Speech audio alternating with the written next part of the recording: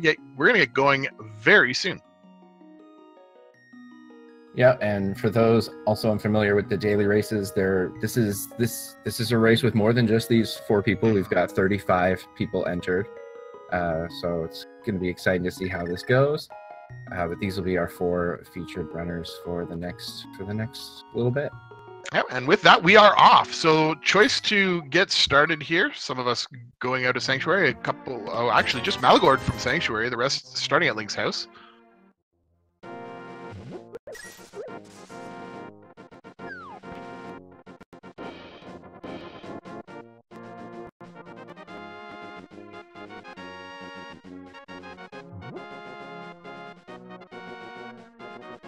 So we have 4 slightly different paths to the start of this game. Dragonstrike picking up a little bit of rupees from that tree pull. Gonna go visit Uncle. Yeah, you usually see people do this start off run to check Uncle. Malagord decided to head right up to start heading over towards Kakariko. For those unfamiliar with some of the mechanics happening here, we just had a few runners check their... Well, actually, I think everyone has now checked at least their first tree pull. There are select trees in the game that when you pull them will produce items. And of course, since this is randomizer, those items are randomized. It's based on how many enemies you've killed and whether or not you've taken damage. But it can be helpful at the beginning of the game to sort of get some rupees. You know, if the randomizer has decided that your tree pull is going to be, say, 20 rupees, then you got a nice start. Mm-hmm. So Malagord, of course, checking Lumberjack there, doesn't find anything that's going to indicate that we'll have Angle 1, but does pick up the hook shot, first big item of the seed. There at the Lost Woods. I can imagine all the other 3 players are heading there right now, so we're going to be hook shot for most of this thing. Nice. Wow, and following that up with the cane. Yeah.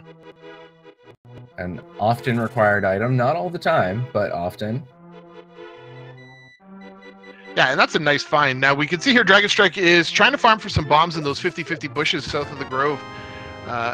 Did not get any, unfortunately, so he's going to have to screen off and come back trying to find some more bombs.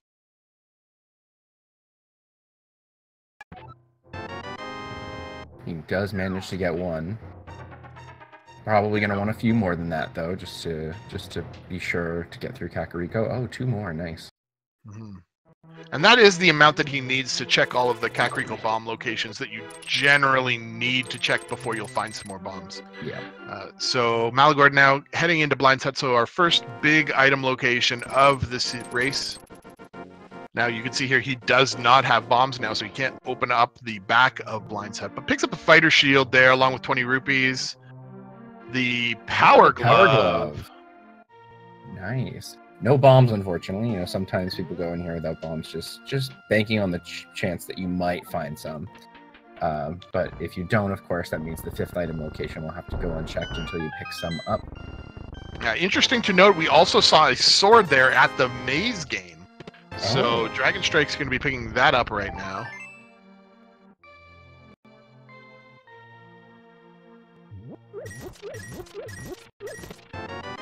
And in open, you never necessarily know how long you're going to be going without a sword, so I'm sure all of our runners will be happy to see that.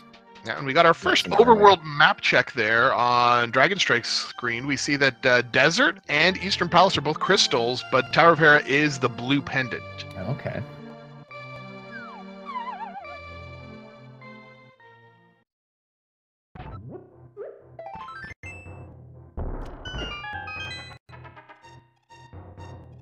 Our first check's in the well as well. Another sword in the Kuko Hut. So we're going to have double swords right off the bat. We'll be right up to Master Sword. It looks like the well has given us not much, though. Just decent, a handful of rupees, but not much else.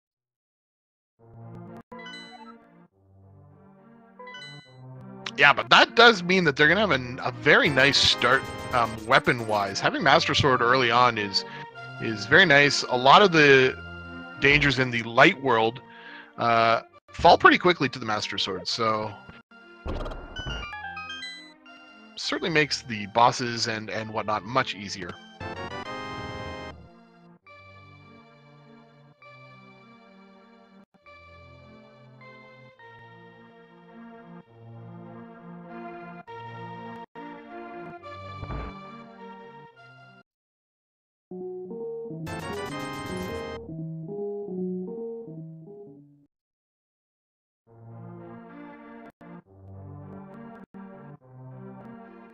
We see here Malagor does have to double back and check all these bomb locations in areas that he's already been to.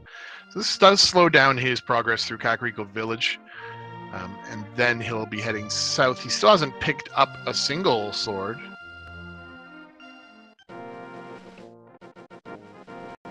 He actually decided to save and quit out, which is interesting. Maybe he did get that first sword, we just missed it on the tracker. We'll see in the sword. I think he might have gotten at least one. I don't know if he grabbed both. Yeah, he definitely did not head to the south part of Kakariko Village yet, so yeah. He doesn't have that second sword upgrade.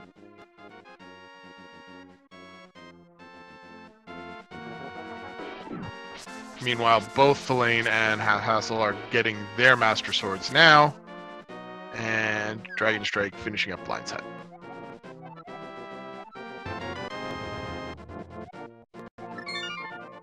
It's definitely nice to see early on, but also as some people in chat are speculating, you always kind of start thinking about, is this setting me up for Aghanim? But there's still so much left to check that I don't think we have to be too concerned about that yet, but it definitely goes through your mind when you get Master Sword so early. Mm-hmm. They would, of course, need to find the lantern as well as, well, I guess that's it at this point. Yeah. Oh, we got Flute down in the last, in the back of Escape there. So that's a great find. Both Thelain and Hassel are going to pick that up. That's going to be quite the advantage for them in mobility as soon as they activate that, and I would imagine that they're going to head there right away.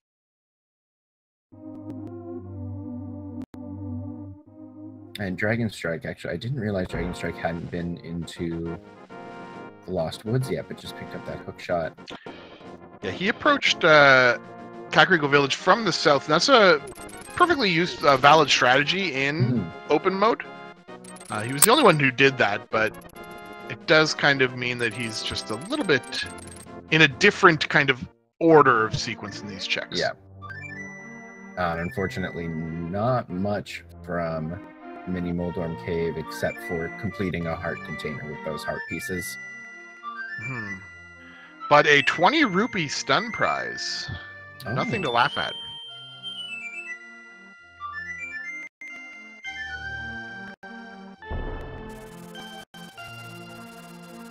This path does allow both Dragon Strike and Malagor to pick up their flutes as well, so all four players now that we are watching today have got their flutes. Thelain's choosing to go up and rescue the old man using some Darkroom strats. He's got a sword, which makes it relatively easy. Yeah, and you know, with that hook shot, heading right to the mountain is not a bad call. I mean, you're going to be able to head over and grab 7 items. So yeah, very good chance of finding something up there. I mean, I think some people do opt for waiting until they maybe see if they get Titan's Mitts and or Hammer somewhere else and get a few more things done up on the mountain. But with Tower of Hera also sitting as a pendant, I can understand feeling like, well, I don't want to have to go and deal with Tower of Hera, so I might head up there and just see what I can get. Early quick medallion for rescuing the old man. And Thelain's going to have to be pretty careful here. These cabbages, quite dangerous when you're only at half a heart and 3 hearts total.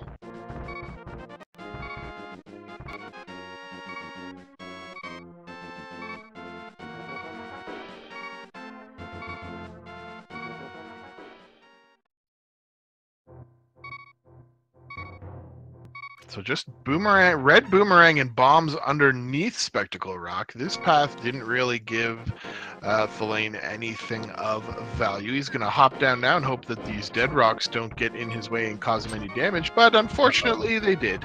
Yeah. Now he's got to dodge. Dodge. Oh, that one! Oh no! Trolled him hard, and this area is very treacherous on 3 hearts. Especially while still in green mail. Hassel takes a death as well right now. I'm not sure if that was intentional. I believe it might have been on the terror crabs. Yeah, you can actually hop down a little bit further to the right. I think you just hopped a little early there and so got stuck behind a lot of terrain. You can get a pretty easy path hopping down from Spectacle Rock. But he has made it through with that half a heart, so Yeah. we're going to get those item checks we were just talking about. Hassel's going to show us that there's half magic sitting there on the Lake Hylia Island, so Okay. as soon as we get the mirror, that's going to be an option available to the players, and fins. Flippers. Wow. Yes. Couldn't Yeah. think of it. So there, Malagord's now picking up his Master Sword, so he's equipped in all of the same ways now that he headed back to Kakariko Village, having picked up that... Oh, Moon Pearl in Paradox Cave and the 5 chests. Yeah, and that's a pretty substantial find. And the hammer! So there's the Dark World access that he was looking for. The last 2 items for Dark World access are just sitting in the same cave. Nice.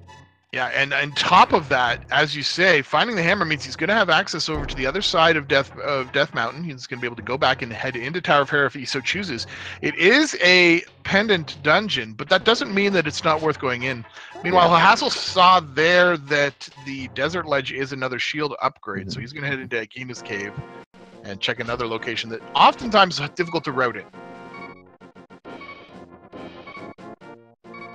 Yeah, and I mean it's maybe a bit early for checking super far into a pendant dungeon, but I mean Tower of Hera at least is one where you can get some pretty fast item checks aside from that basement, and you know, aside from fighting Trolldorm himself and getting trolled. So I could see the decision to check a few of those locations.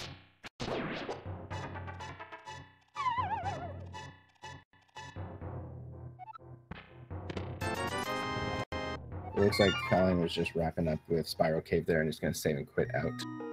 Yeah, not going to choose to head back up the mountain a second time and go to Tower of Hera just yet. He's got a lot of places that he can go, including Hype Cave, should he so choose. But instead, he's going to go wrap up the mini Moldorm Cave Desert Dam area, as he has not yet done that.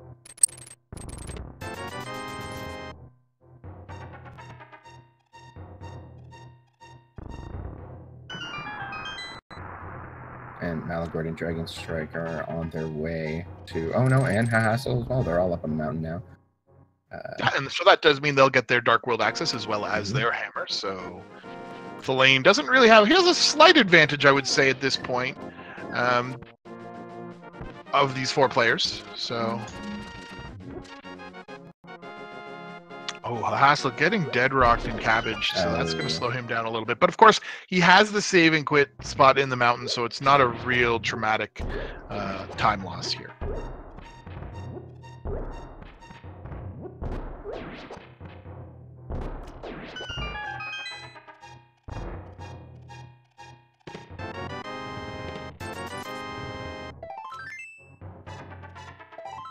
And anytime you get 2 major Dark World items in the same room, feels really good. It does. You're like, what? Moon Pearl and Hammer?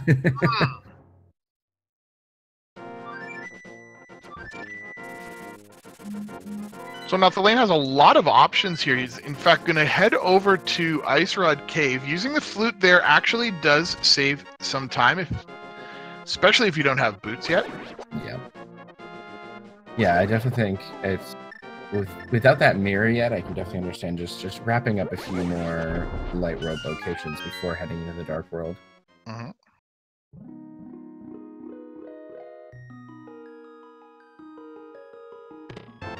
So just the arrow capacity upgrade there is not going to provide him with any additional progress, but activating that flute, loading that up, ready to go, tells me that we're likely going to head into the Dark World, probably through Kakariko Village, and take a look at what's going on in Skull Woods and or Thieves Town. Thieves Town, of course, is fully completable at this point, as long as it's a crystal, although there is 2 pendants unknown to us at this point. He's probably going to head in there.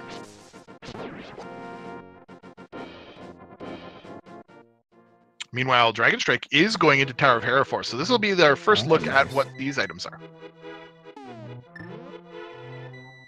Ooh, finding a key early on. Oh, just a small not what key, you want to see. And we I'm anticipating a map check in just a moment. Oh, we have map checks on both sides. Looks like we had red pendant up at Skull, and then it was gone. Did you catch any of that? I did. I'm afraid I did not.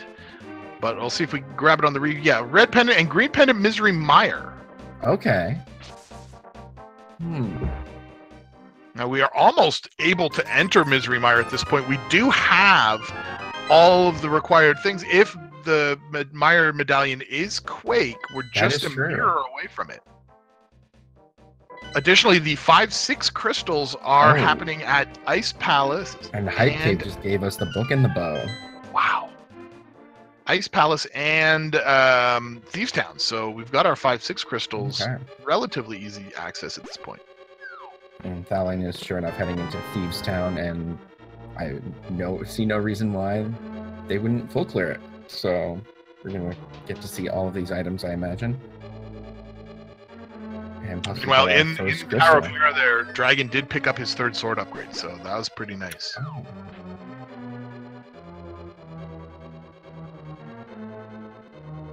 Yeah, that could.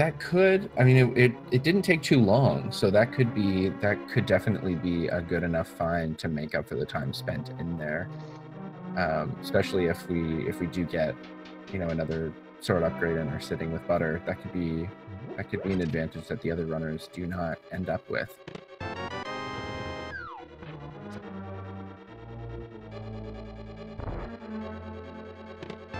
Ooh, and an ice rod there in Thieves Town is actually one of those items that can be really, really trolly in both open and standard modes.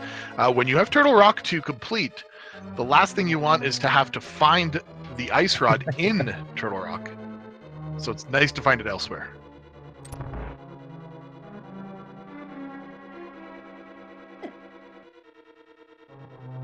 So Hassel doing what one would expect, having picked up the bow and the hammer off of, or has he not gone up to Death Mountain yet? I believe he has, because he's got the bow. Yeah. So the expectation here, of course, would be that he'll go into Palace of Darkness and then head to Eastern Palace shortly thereafter, get both of those crystal dungeons taken care of.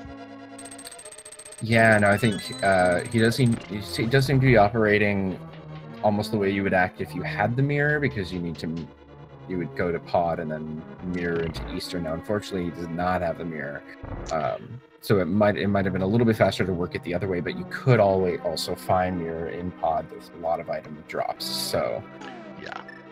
And of course, it's really just a save and quit and then a flute back to the area. So it's less than ideal, but. And we got the boots as the first item in Pod, and that is a huge advantage if our other runners aren't heading over to Pod anytime soon. Additionally, Malagord picked up Blue Mail there in Thieves Town, or sorry, Thaline picked up Blue Mail in Thieves Town. Malagord will be getting it shortly thereafter. And it looks like Dragon Strike actually did get Butter Sword. I didn't catch where, but. Yeah, so our runners are starting to pick up some different time-saving devices, I guess I'll say, some different time-saving advantages. Now, what we are going to see here on Dragon Screen, sorry to interrupt you. Oh, no. But let's get hyped, because we've got the book, and he's heading up to see what's going on the pedestal. Goodness. Oh, bomb upgrade. Bomb capacity upgrade. So there is the lack of enjoy for the chat, as I'm sure they always want pendant pedestal required seeds. I don't understand that at all. I mean, there was definitely nothing about this seed that was saying really strongly, this is going to be pedestal. I mean, it was still possible, but certainly wasn't indicating it. I have a strong suspicion that Dragon did that check on purpose just for the hype and just for chat. Well, oftentimes when you are in the locality, have the book early on before you've gone into any of the pendant crystal dungeons, or the pendant dungeons rather, you kind of have an opportunity to check. So I can see why he'd be interested in that. Meanwhile, Flame's and as you said, we are kind of getting set up for Mire, so it's definitely something you wonder about. Yeah. And that piece of information can be very vital to him. He now, it takes a little bit of that Tower of Hera play away, like going back and revisiting it once he has a fire source. So he knows that, you know, there's just one more item up there that may be important, but certainly not, like, lowers the priority for him, having that knowledge. A pretty clean blind fight there from Thalane, just getting hit a couple of times, but successfully completing it and getting the first crystal for any of our runners.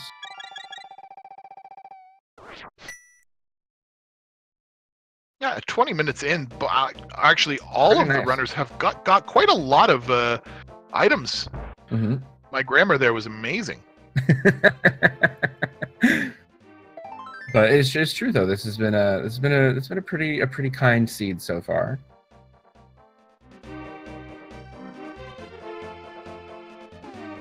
Yeah, absolutely. Of course, still without lanterns, so all of the dark areas are out of logical sequence now. Hassel's probably going to go into them anyway.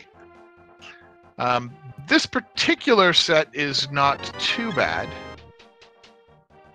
You can make your way to these two chests. Yeah, the start of this isn't too bad. It's really that last turtle room and pod when you're on your way to the boss. That's the one that can be frustrating in the dark. That first chest turned out to be some rupees. I watched his rupees count fly up. Then a key from the second one, so.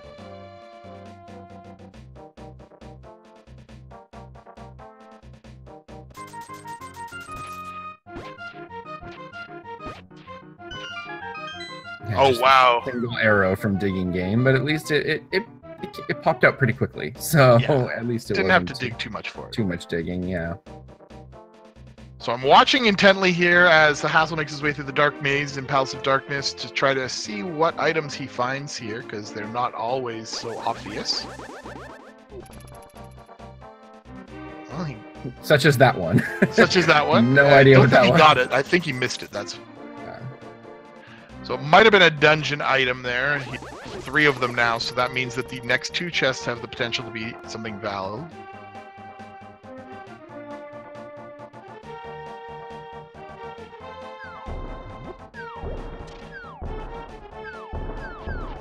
Okay, this next chest is just 3 bombs.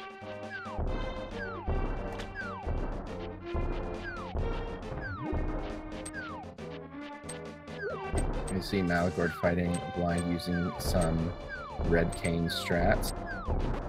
And Thalane is about to get that book and bow. Yep. Now, Hassel's going to go ahead and kill himself to take a death ward back to the front of this dungeon. Curious to see if he's going to go through the dark rooms to grab... yeah, it looks like he's going to make an attempt. You know, his health is pretty good, so... You know, that turtle room can be a little frustrating.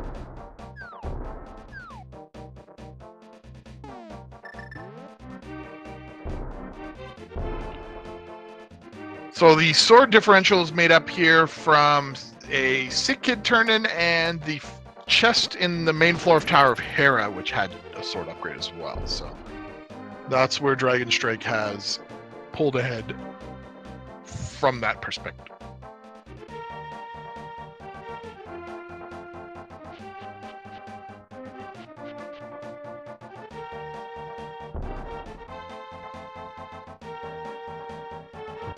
Malagord's going to get his artisanal crafted arrow now.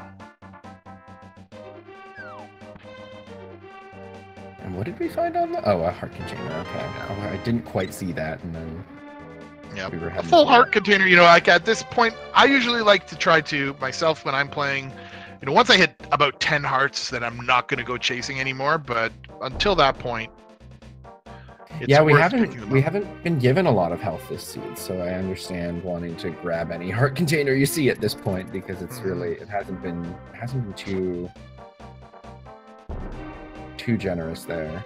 So now Hassel showing us that turtle room as he enters it can be very challenging in the dark. He gets 2, it looks like there. There's his 3rd. He has sword beams, and that does help a lot as long as he lost them. Yeah, often for this room you want to at least at least have fire rod, and then you can light the torches in the room pretty easily. But unfortunately, we're setting with no light or fire sources. He's got one more turtle, I believe. I've counted 4. And he's getting bodied, though. Down to 2 health. 1 health. There was a moment there where the shadow was you could kind of see the shadow of the turtle fly across him, but he wasn't in position to get it, and he does take it. Yeah. So what he was doing there was using his spins to plink off the turtles to see if he could find them. But unfortunately, if they creep up behind you, the spin doesn't really help you get them. So he's going to have to save a quick comeback later, maybe once he finds some kind of light source. In the form of the fire rod, there is possible to light torches in that room, and that's good enough. Meanwhile, he's going to go and do Eastern Palace, which it would have been nice if he could have cleared Palace of Darkness, but that is the way the cookie crumbles. Yeah. And of course, there is always the potential to find some items that he needs to complete Palace of Darkness in here, such as the lamp or even the fire rod. So this could turn out to be a quick hop back into pod after completing Eastern. Yeah, it's just a short flute to the portal there, so you never know. Now, one of the things that's very important if you're playing this game, if you haven't played it before, but if it's something that interests you, although the chests and items are randomized in that there can be anything in the chests, the game logically, obviously, has been designed to make sure that it is completable, so you're never going to get trapped in a specific part of the seed. But on top of that, knowing how many items are available in each dungeon is an important skill set. So keeping track of that is something that all of these players do, and you can do as well while watching. So that's why we'll sometimes see runners stop opening chests once they've made their way through a dungeon. They know that it can't contain anything more than they've already picked up.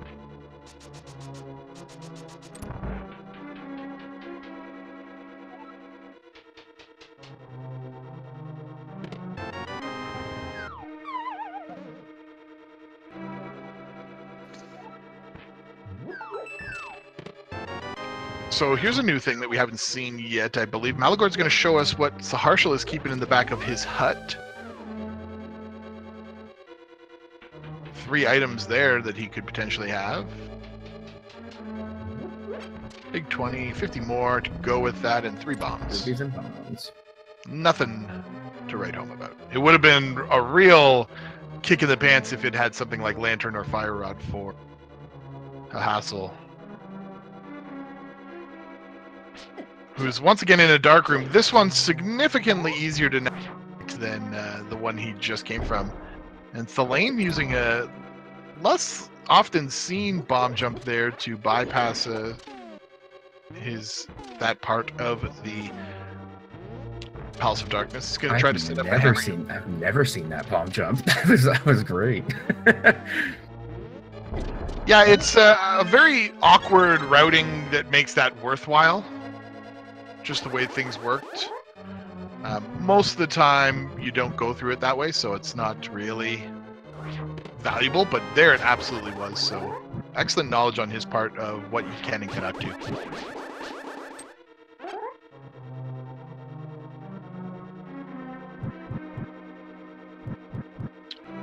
So Hassel now going through another dark room. Let's hope it doesn't plague him here. He does kill the first Igor. And stuck an arrow in the other one, so... Unfortunately, lost track of it a bit, and he's down to half a heart, unfortunately. Yeah, and I think that's the right call to make. There are a couple of fairies down here he can go and refill his health. Yeah, very nicely done. It's a very shortcut.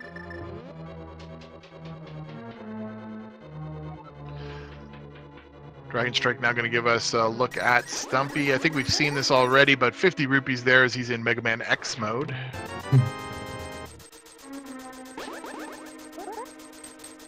And the dark rooms have just not been a friend. Unfortunately. Oh, but he's got an arrow stuck in it. Unfortunately, he's stuck on it. He's going to have to try to dip out again. He does get out again. I'm impressed that he keeps getting out of that room alive. Because that is, like, I mean, once you've actually started walking around the room, just being able to navigate back to the door while something's trying to kill you is not the easiest. Yeah, so there is a small trick here in setting this up. There it goes. He got the first one and has the key now. Now, the other problem with this room is you can't just hug the north wall and pick up the pot. You have to be a few pixels down off the wall to get the pot that's blocking your way to the door, and that can be really obnoxious. But he has managed to do so now, and he's trying to find his way up. There it is. Back into the light.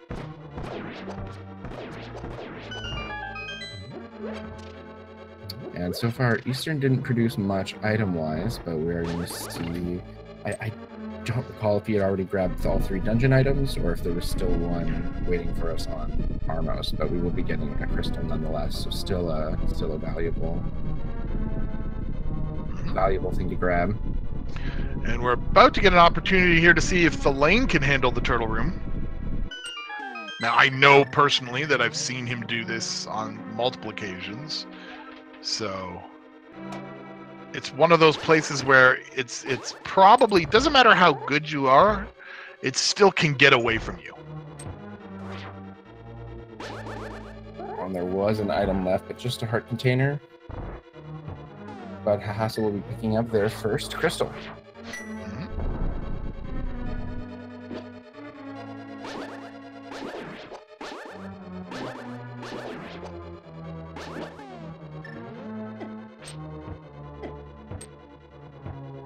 Now, Felina has the advantage of having a lot more health than Hahasa had.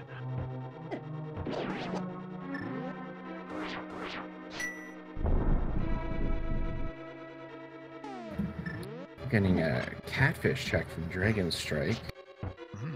Oh, 100 rupees. Now, what Flame did there was use the Quake Medallion, which does flip the turtles. So, smart use of some of the items that he has at this point in the game. He's got one more turtle to kill. Oh, and he just found it and got it. Very nicely done.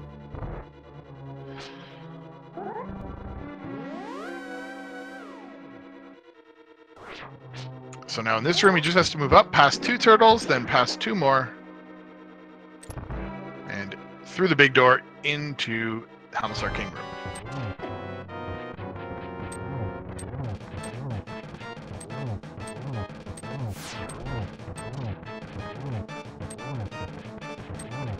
And we see Malagord on their way to the Armos fight as well now. Gonna put their second crystal probably just very shortly after Thelaine picks up theirs.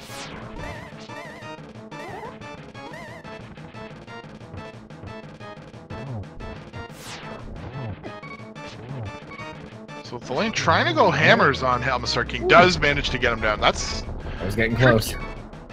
The small hitbox on the north-south hammer makes it hard to hit that jewel in his forehead. And we get a mushroom from Hamasar King.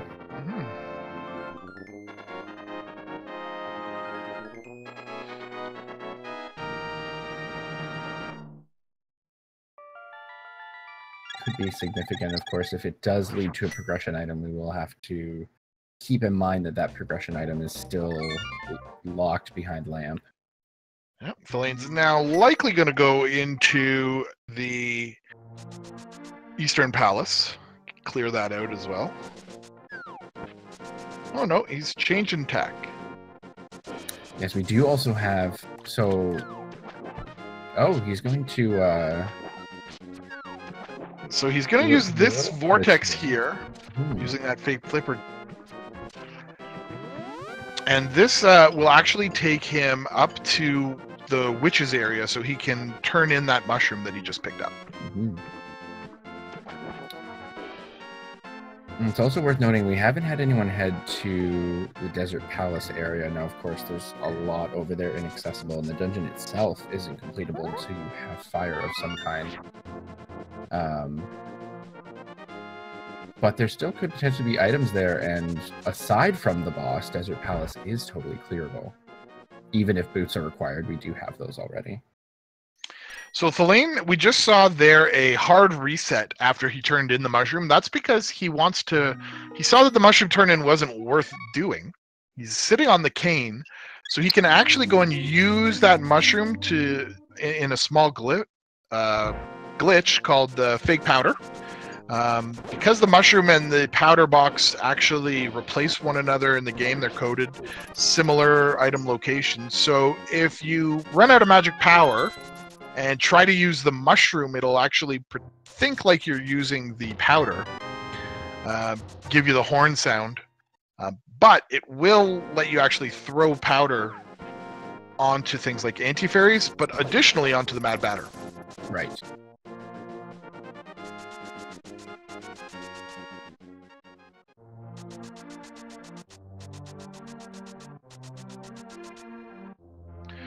So meanwhile, Malagord's fake flippering up here to hobo check, gets another full heart container out of it.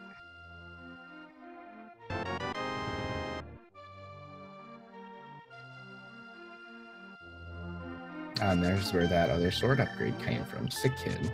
Mm-hmm. And again, the fourth sword upgrade, I guess you could call it, is sitting in Tower of Hera, so likely only going to see Dragon Strike with Butter. Unless the other item in there is vital. Yes. Yeah.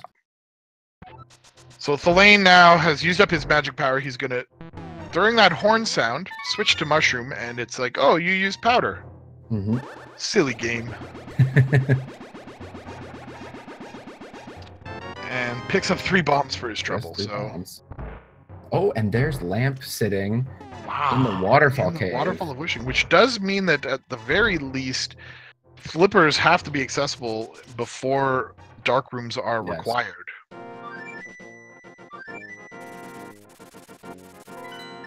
Well, there's Shovel on the ledge.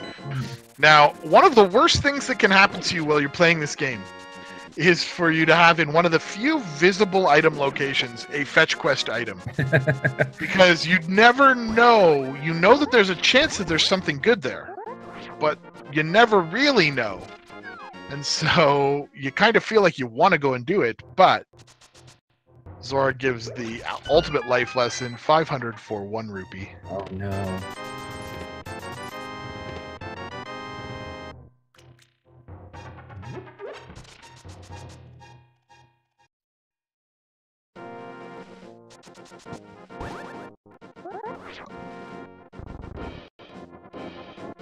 Now I can't help but be wondering where our flippers are.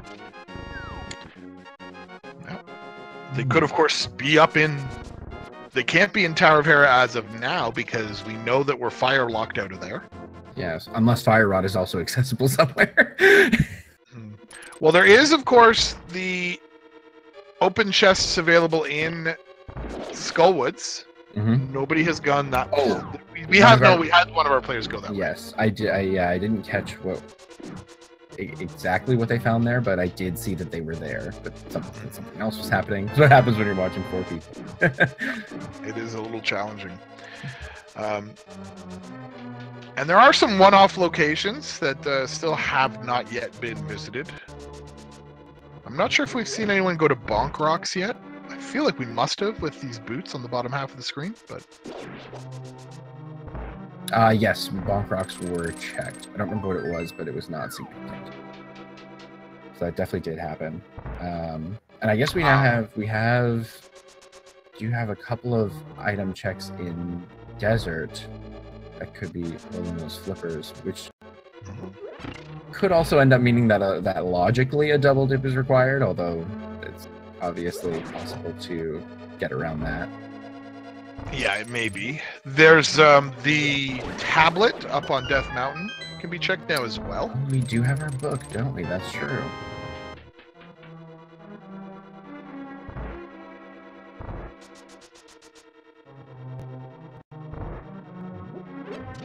So that pretty much wraps up most of what's available.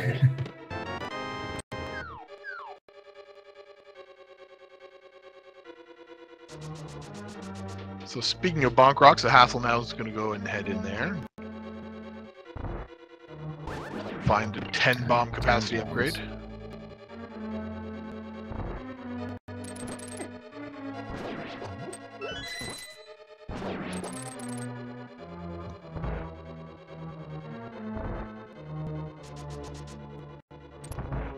Looks like he might be going and giving us a look-see at Lumberjack Shed. I believe we've just seen that it's rupees, but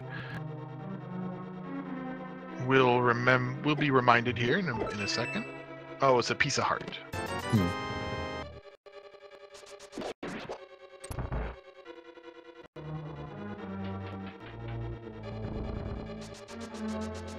Yeah, and while our runners are kind of retracing each other's steps here, want to give another shout out to our wonderful trackers, Sonskill and Bori, doing a great job here today. And if you're enjoying the race, be sure to also check out the runners, maybe give them a follow.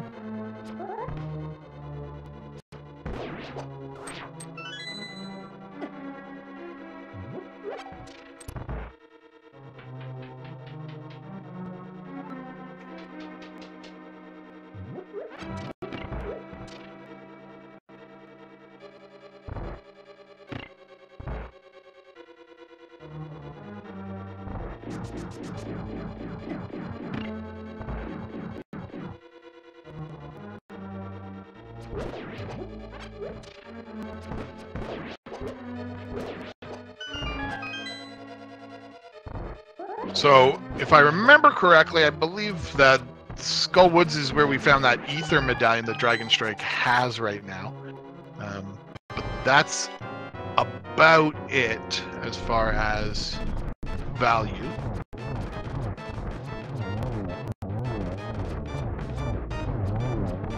So Hassel's likely to pick that up.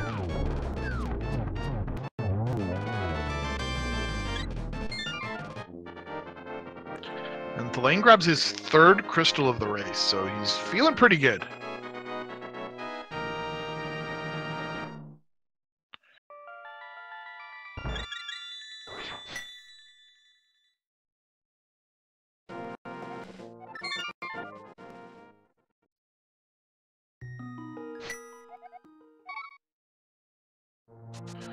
Malagor trying to set up the hammer yump there, but unfortunately a little too late. I was pretty close though with it, without even seemed to be almost getting that set up without even any pause buffering or even a lot of sword buffering. So Thelaine not choosing to go into desert. Oh, maybe he is now. Oh, okay, there we go. Yeah. Yeah, I think he kind of realized, oh, I can get into desert with the book, and that's 2 items, and they might be, you know, could be a forced double dip. And so we're going to find out now. These are 2 new checks that we have not yet seen as Dragon Strike and Malagord are making their way through the dark parts of Palace of Darkness, or about to be. There is always that possibility that Fire Rod is also sitting in here making the dungeon completable. Mm-hmm.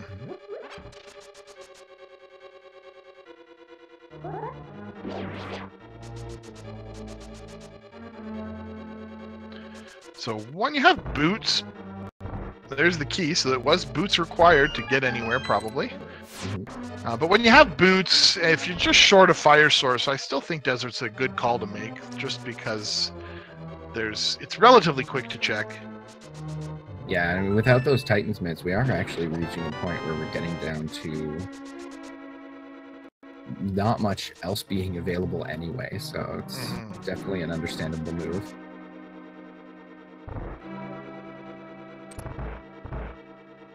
Yeah, so still 2 items to be found here. Big key definitely was required to be located, so we have this in the big key chest as well as Landmolus. So 10 arrows is one of the 2 items, and that's not going to help anyone out.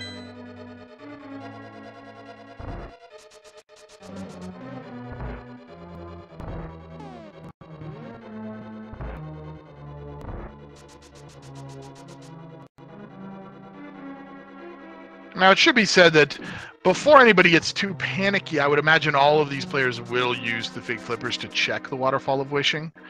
Yeah. And grab that lantern, but... And Dragon is picking up their 3rd crystal from Palace of Darkness.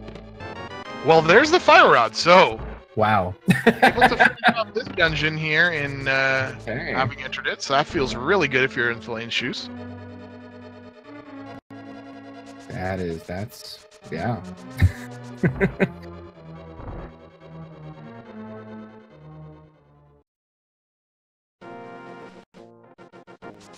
It's not going to go bother picking up that shield upgrade. Yeah, so we could see flippers in a lot of places. Again, even basement of Tower of Hera now. Well, Tower of Hera basement has to be the big key. Oh, right, because it's required, yes. But it could be, but it could be in Tower of Hera. Yeah.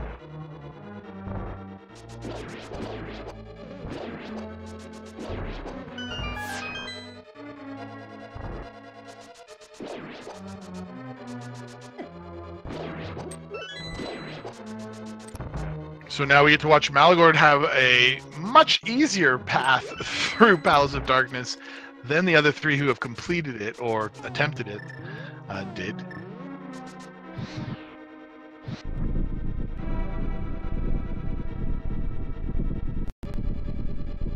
Even with the light, Turtle's giving him a little bit of trouble. Yeah, this room is a tricky one regardless. There is a nice quick setup that Malagord was definitely set up for, so clearly knows, but it just didn't quite work out this time, which happens. But it can be a very tricky room nonetheless. With that, the lane takes downline. Molus grabs a compass for his troubles, but his fourth crystal of the race. And now that means that he has access to the back of Skullwood. Skullwood's is a crystal dungeon, or a pendant dungeon, though, so might not be enough to pull him there at this time. We'll see what he chooses to do.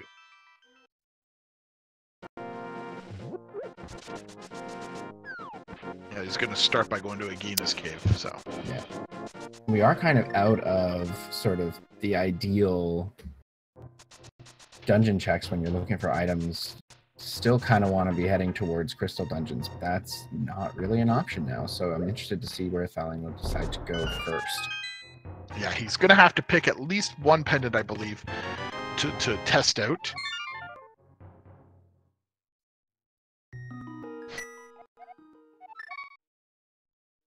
Looks like it might be Hera. Well... Oh, no, just getting the refill and fluting. Okay, that makes sense, yeah. He also could go to Ether Medallion tablet, but choosing not to. So I think we're getting. He's going to go to Skullwoods, yeah. So that is going to give him an Ether tablet, or an Ether Medallion rather, and something else. He can't yet go into Misery Mire without the Titan's Mitts, so if he finishes this, he will probably be heading up to Tower of Hera. If this doesn't pay off. I think he's going to take a peek at that pedestal just in case. Makes sense to do before you're heading into a pendant dungeon that you can also complete, because that way, if you find both items, you'll know whether or not you need the pendant. Yeah. So heads up play by Thaling there. Gets a little burgled along the way.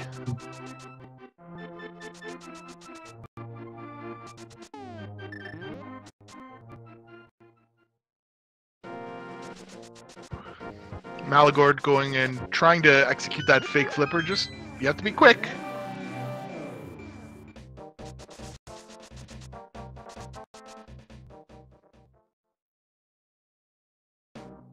Is struggling with it, actually, at this point.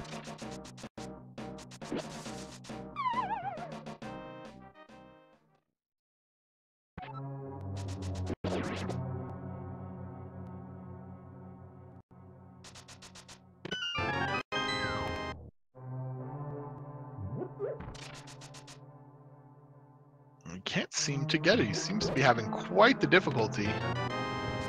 Give it another try.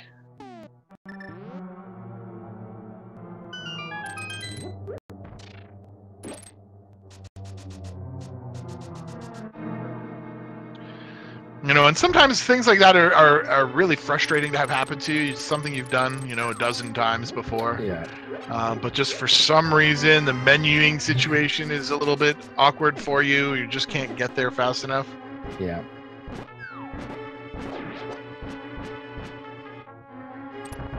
There it is. Yep, you just had to try a slightly different path through the menu. Just to get the right feel. You know, it's one of those kind of glitches that if you have never done, if you've done it before, and you get put in a situation like that, you're like, what is going on? I can't figure out why it's not working. But just got to deal with it. Ether medallion. Hassel doing a very nice job with the turtle room there, also making use of the fire rod to light up the room. Mm-hmm. Yeah, it's very nice to have.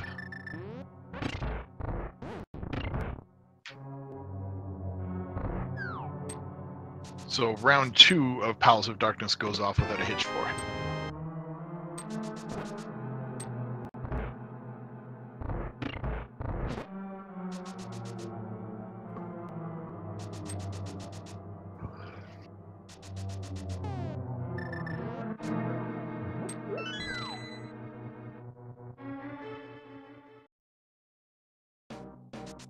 And we're going to see the back of Skull Woods now. We're still looking for one item. The unfortunate thing is that there's only 2 spots back here, one of them being the boss, and we know that those pendants are not required. Mm-hmm. So Thelaine is choosing to go for the chest first, instead of having to deal with the boss fight. And it turns out, the compass. Wrong guess. So he's going to take a death warp off these Gibdos. They do pretty substantial damage, so that's going to help out.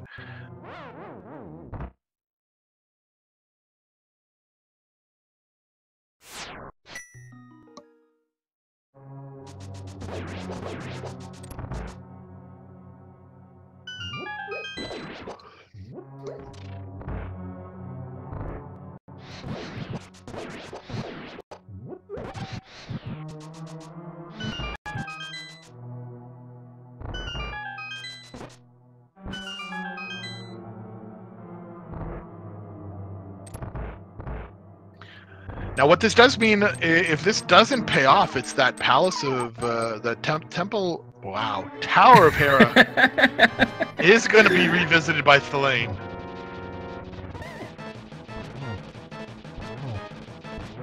And what's really interesting is that that was very nice. Oh, and we get the mirror. So that does change things up a little bit. Opens up a few more overworld locations that can be checked. Yeah. Without the flippers, still can't do Swamp Palace.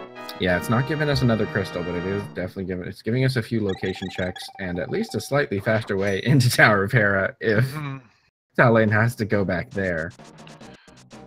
Yeah, and he's actually going to probably change his strategy of saving and quitting. I thought he would have maybe headed over to Graveyard Ledge, King's Tomb, using that Dark World check. But he's probably doing that, probably going to head back into the Dark World right here and yeah, maybe head over that way.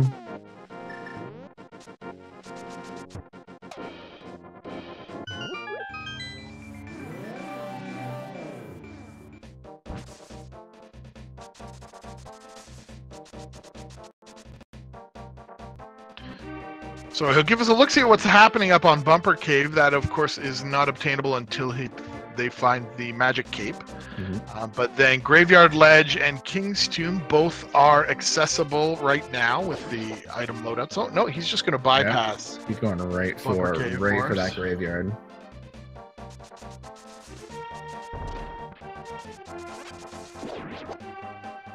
Meanwhile, Mally picks up his fire rod, so he's going to feel pretty happy with that find.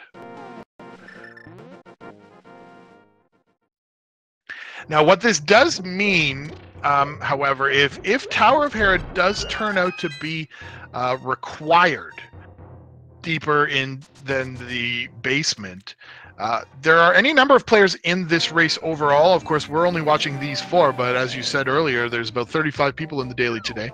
It's quite possible one of them would have done a fake flipper early on, as it is a very standard strategy. It is, yeah. And may have had Lantern, although they would have needed the Moon Pearl, so they found the Moon Pearl up on Death Mountain. So maybe it could have happened. It's somebody. Yeah, I think this is definitely an example of a seed where that that fake flipper would be very beneficial early on. There's definitely a lot there's definitely some advantage to having grabbed that lamp, even just for the motivation to go into desert, because that's the tricky thing when your fire source is sitting in desert, or really when any required item is sitting in that dungeon. It can take you a while to get there. Mm-hmm.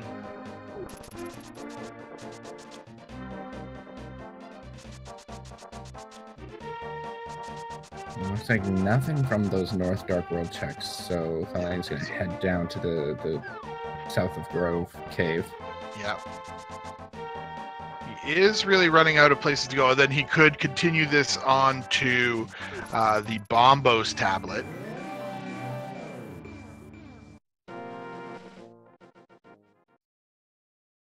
Wow. The Titan's Myths. There it is. So that opens up a lot more of the world for him. He can now head into the Misery Mire area. That Mirror Glove Titan's Mitt combo is incredibly beneficial to find. It could be Turtle Rock time. We could already be ready to go into Turtle Rock and finish it. Well, he certainly has all of the things that he needs, but I think since he's on this south route, he's going to go rescue Jeremiah, do all of these checks, and at that Bombos tablet. The Mirror and Titan's Mitt combo really makes this super, super appealing. And then he may choose, I would expect him to do at least the Mire and Checkerboard cave area of Mire Shed and Checkerboard area before heading up to Turtle Rock. He does have 2 out of the 3 medallions, so it's very likely checks, I would think. Yeah.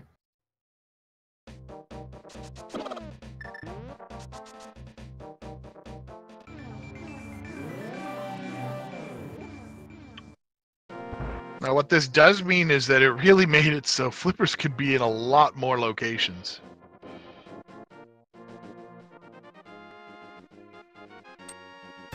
Yeah, especially with the sheer number of items sitting up on Dark World Death Mountain, especially if we have access to Turtle Rock. I mean, that's just... Flippers could be anywhere up there.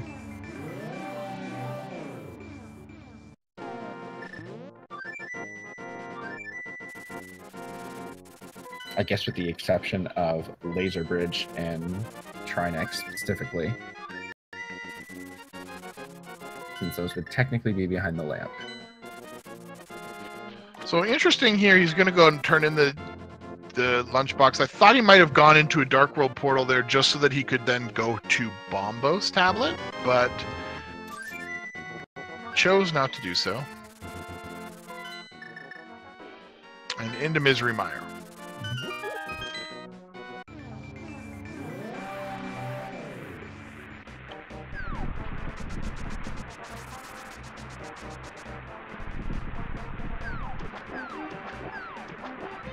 Got a little stuck there. I didn't quite catch that medallion check. That was yeah, fast. I think we were clipped a little too far over on the picture, so I didn't see it. But trackers picked it up as Quake, so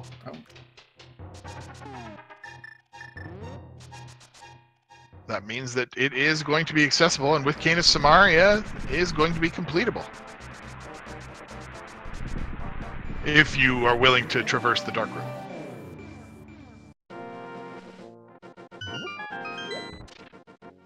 And I see someone in chat asking flippers on Sahasrahla. So logically speaking, they wouldn't actually be able to be there, just because to get Green Pendant you would require the lamp, and so under the logic, flippers were technically blocking the lamp. So Thalane is not going to go into Misery Mire at this time. Is heading up. And a lot of the time you'll see racers, especially in the daily races, so it's not a tournament setting. In the daily races, you'll find that players have a lot more impetus to kind of play standard, just to try to stay in logic as much, not make as many gambles, just to kind of practice their routing, practice all of these skills. In a tournament situation, when you're going head-to-head against another player, sometimes you feel obligated to make those risky plays. And they, of course, can pay off, but also can hurt you. So Thelaine really, I know that he's capable of doing these dark rooms, but is really, really avoiding any kind of sequence breaks. And we're going to see if that pays off for him. Finds Bombos here in Super Bunny Cave. Yeah, and so we definitely have that Turtle Rock access. There are a lot of items to be found here in Hook Cave combined with that Super Bunny Cave. And as you say, Turtle Rock is an accessible dungeon for him. And the dark room there is relatively simple. Yeah, it's a very silvers. Silvers, nice.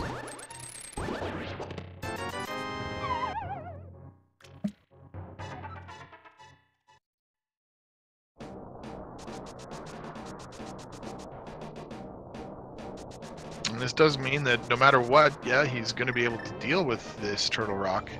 Has all 3 medallions.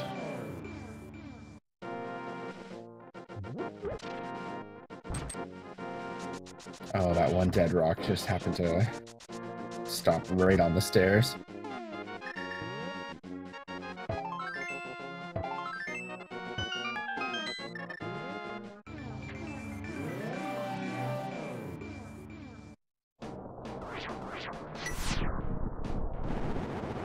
Now I'm curious if he's going to go into Turtle Rock first, or if he might head over and just do the medallion tablet, ether tablet. But looks like he's going in. He's gonna head in, yeah. I could definitely makes sense. And I mean, for all Thalain knows, obviously we know that this is not the case, but there's definitely been more than a handful of times where Lamp is just sitting right there in the first chest in Turtle Rock. Which from Thalain's perspective is kind of the missing piece of logic at the moment. But instead he finds the other missing piece of logic, which is the flippers. This is the flippers. So the game did expect a double dip here into Turtle Rock.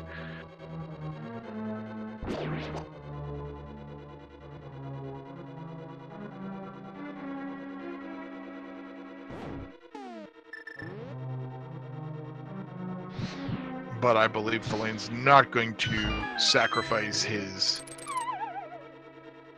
time. He'll complete Turtle Rock now at this point. So 1 hour in, getting close to go mode. And really, with the remaining dungeons, we might not see Thalain ever go pick up that lantern at all.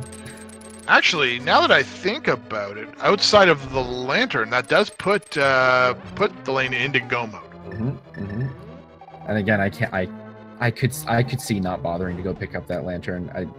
Not necessary for Swamp. I mean, it's not necessary for the rest of the game, really. Yeah. There's just the one room in here, which, so far as I can tell, he's pretty confident is going to be fine. Yeah, this one is one of the ones that makes me laugh when people, that people are concerned by it. It's a very straightforward dark room in Turtle Rock. It's just, it's basically as scripted a dark room as you can be. You're riding rails. Yep.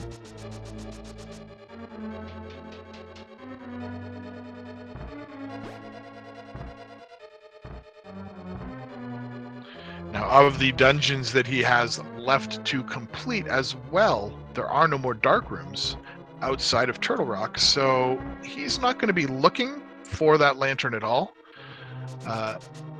even casually. So Thalaine's just on cruise control now to complete the game.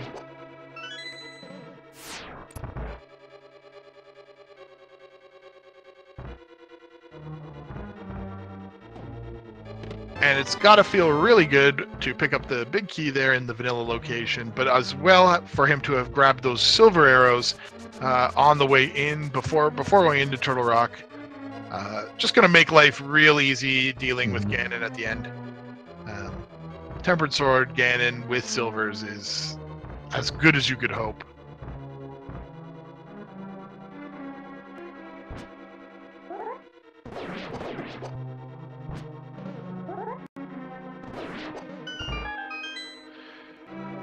So the reason why the Turtle Rock Dark Room is pretty easy is you just have to get on the platform, hold to the right, then as soon as you turn directions, hold down, and you'll end up on the button platform. And you get on the platform, push the button, get on, go back on your little riding train, and you hold to the right again until you see the fire bar. Then you hold down, and once you start moving down, you just hold to the left, and that's it. Mm-hmm. It's very straightforward. It's literally, I think, 4 or 5 direction changes, and all of them have visual clues for you. Yeah. Yeah, and if you're still kind of learning that, but in a situation where, say, you're in a race or something and aren't too confident in all of the visual cues after hitting that button, it's a little slower, but you can also just hold left, and you never have to. You never have to press anything else. That's true too. It'll just take a little longer. Yeah. So now he holds down. As soon as he starts moving down, he holds to the left, and he's done. It's going to switch directions, and he's done.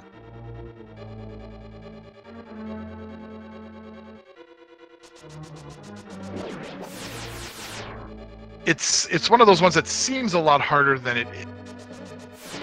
I find this part much more challenging. Yes. Lining up these pixels on Laser Bridge when you don't have any safety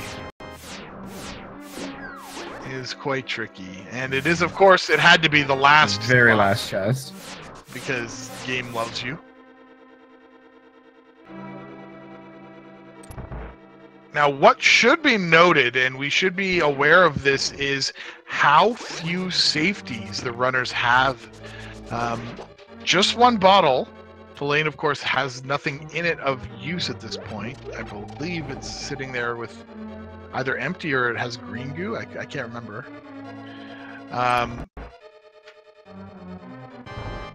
But very, very little in the way of health recovery at this point.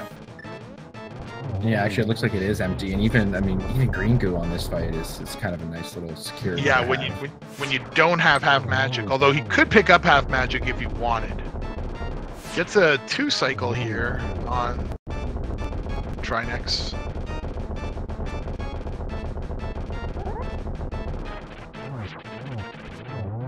Gets the kill.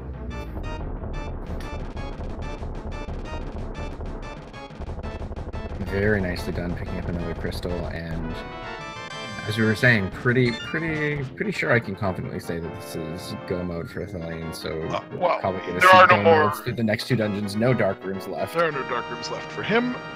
One thing as well, just through turn of events here, that means Swamp Palace and Ice Palace, probably the 2 fastest go mode dungeons possible. Yes, they are. Like the 2 biggest time saves when you go mode. They're about 3 minutes, both of them, when in go mode. So that's as nice as you can ask for. Yeah, this is really a really ideal position to be in. Yeah, so Thelaine, we're looking at a really quick time here overall. He's going to probably be about, I would say, an hour 15 or so. He'll be done with these 2 dungeons. And then be heading into Ganon's Tower at that point. So we'll probably see a sub 130.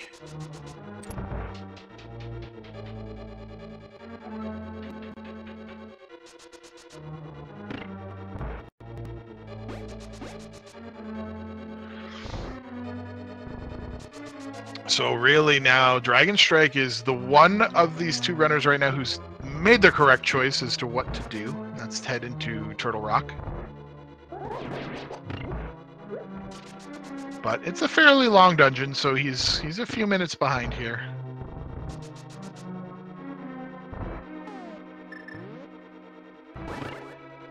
So Cookie Monster Flippers were Turtle Rock's first chest, which was the go mode item.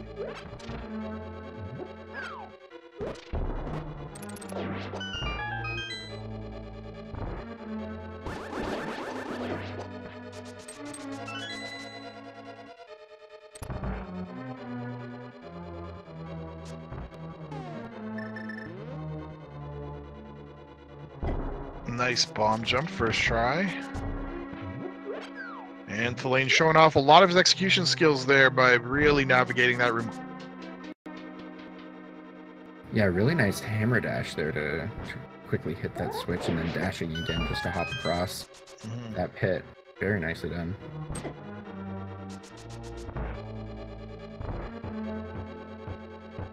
Oh, I love that. I love using the hammer to skate on the ice there.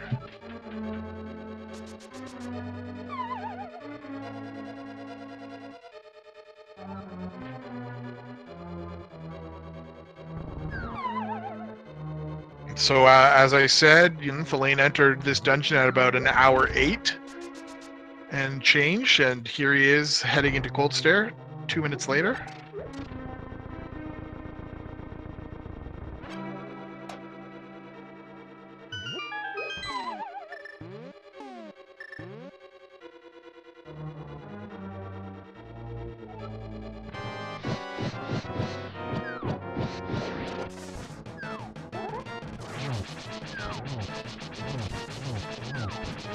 Oh, and he juggles Cold Stare perfectly in the corner. Very, very nicely done. Yeah, that's about as nice as he could hope for.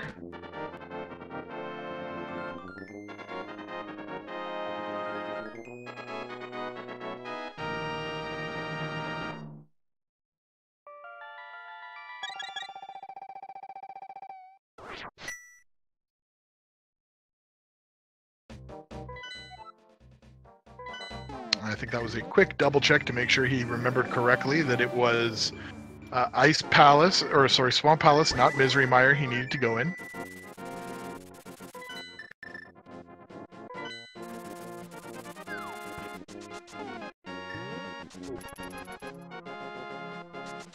And Haha still picking up his Titan's mitts there. Yeah, so what happened here, it looks like the dragon did die during his Turtle Rock play. And decided to head elsewhere using the flippers, so maybe just not feeling confident with his current loadout of equipment. Maybe he wanted to have a bottle or something coming back in. So he's going to go and save that for last, I would guess. He'll do these other dungeons and then head up to finish off Turtle Rock before heading into Ganon's Tower. That's his pathing choice. Unfortunately, that's a pretty substantial time loss for him.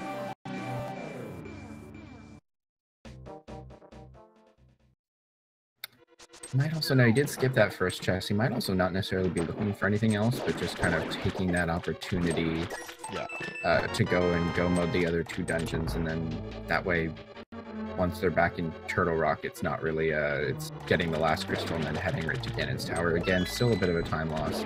Yeah, I think mostly it'll just be the idea that he can flute over to pick up a blue pot to have at least that much safety, and maybe if he gets lucky, finding another bottle along the way, or maybe even something like powder. He might be looking to hopefully pick up, just as if he doesn't open any chests along the way, then that's not his thought process, but it is curious to leave a crystal dungeon that you are in the middle of.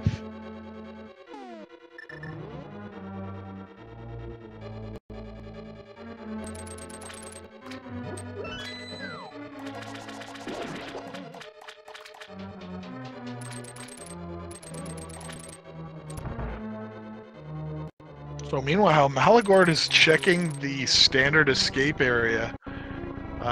There's a couple of chests down here. This is the first time we'll have seen this. He's going down to Zelda's dungeon.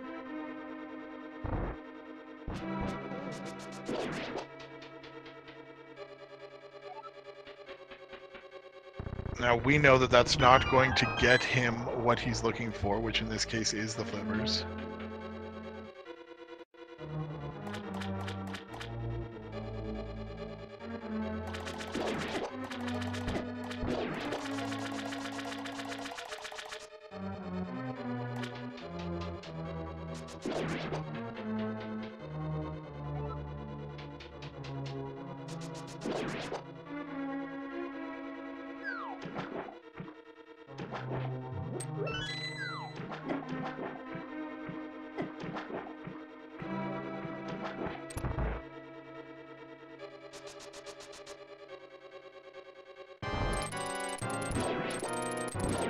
So Dragon Strike finishes off Argus first, but this is Falane's last dungeon to take care of, and at 1 hour 14 minutes 59 seconds, he's right on schedule.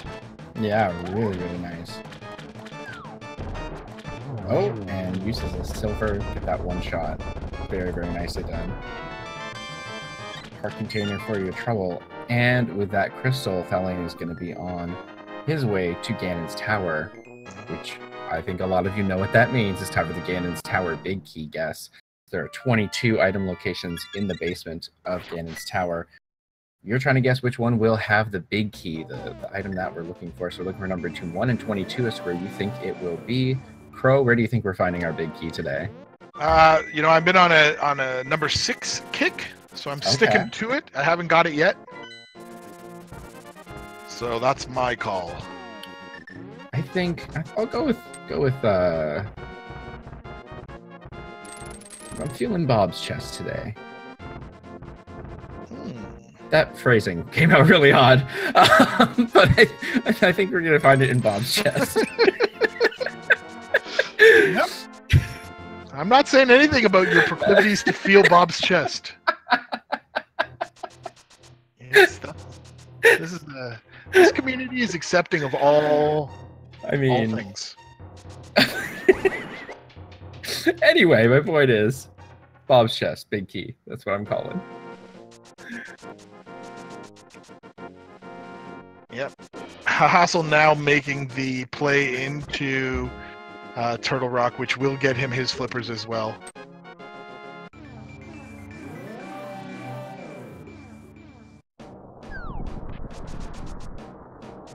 And Malagord finally getting his Titan's Mitts.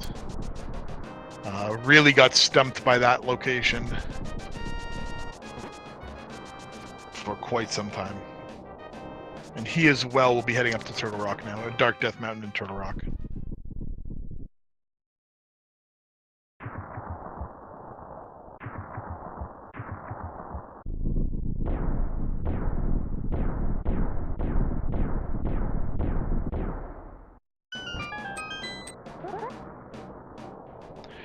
So with that, guessing game is now over, so hopefully you all picked correctly, and Thalane's going to go for the very standard, check the right side first. The first question will be is if he finds a key here, if that chooses to continue on. And it looks like he's going to go full right side after those two.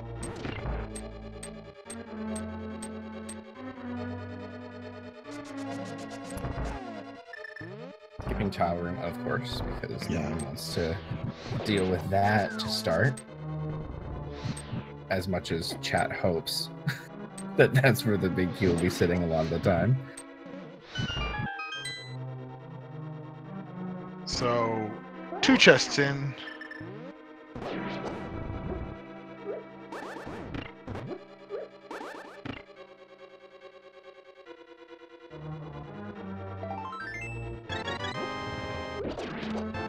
Red mail out of chest 4. And there goes my hope of chests. So sad.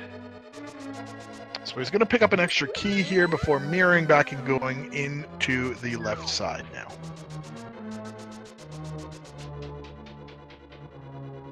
We'll have 7 with the bonk torch here, 300 rupees. Bob's going to live. Bob lives. Which means technically Bob's chest is available. I mean... I'm never going to let that one down. So Staphos room here has 7... 9, 10, 11?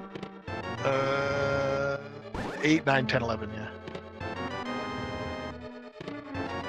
And Don't all have of big that, key. no big key.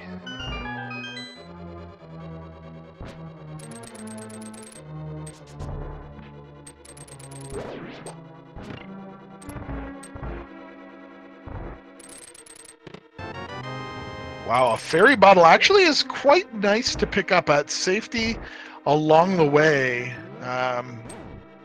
You never know when you're going to need it. He also picked up the bug net, so that empty bottle could be filled as well if any of the players choose to do so. Yeah.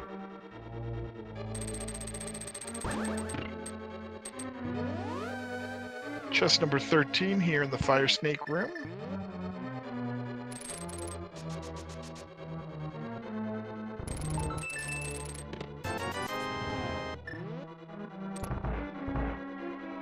Just 20 rupees, so we're on our way to the randomizer room. You said 13 we were at? 13, right?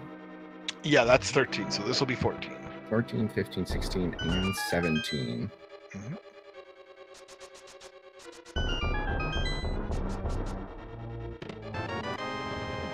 15, 16, and 17. Oh. Still no key. Could this be the coveted tile room key?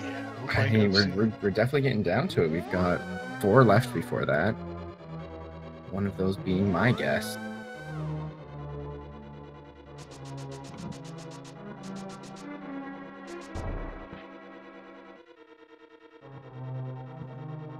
So coming up on Bob's delectable chest.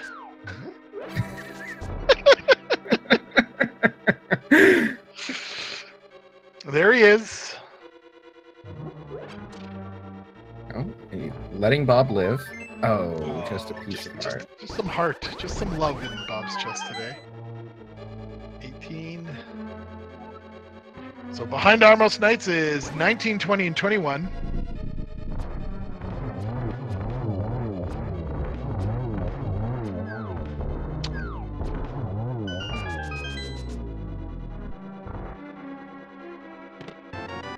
There's the power. Oh, I was getting my hopes up. 21. 21 is the location for the chest with the big key. So let's take a look here. I see one person actually successfully guessed 21. That was Spleeby in chat. Nice. Congratulations, Spleeby. You are the smartest of us all. And correctly identified where Ganon's Tower's big key was. Your prize for today is a feel of Bob's chest. The tantalizing Bob's chest, as someone in chat said. I really like that. Mr. Stone. That was good. Bob's tantalizing chest. Fantastic.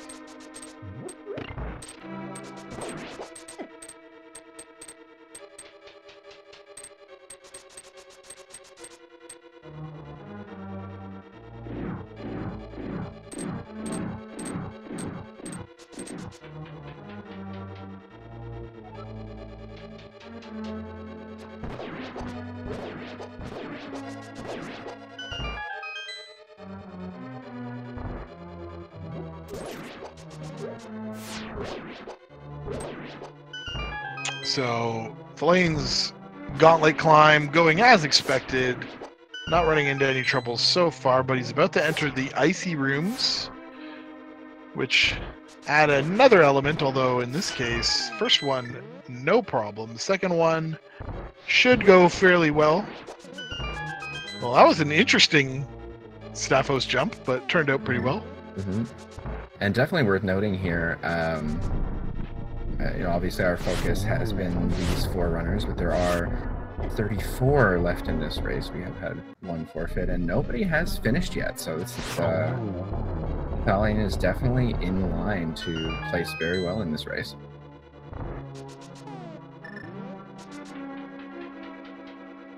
Yeah. So with no one claiming victory, we may have.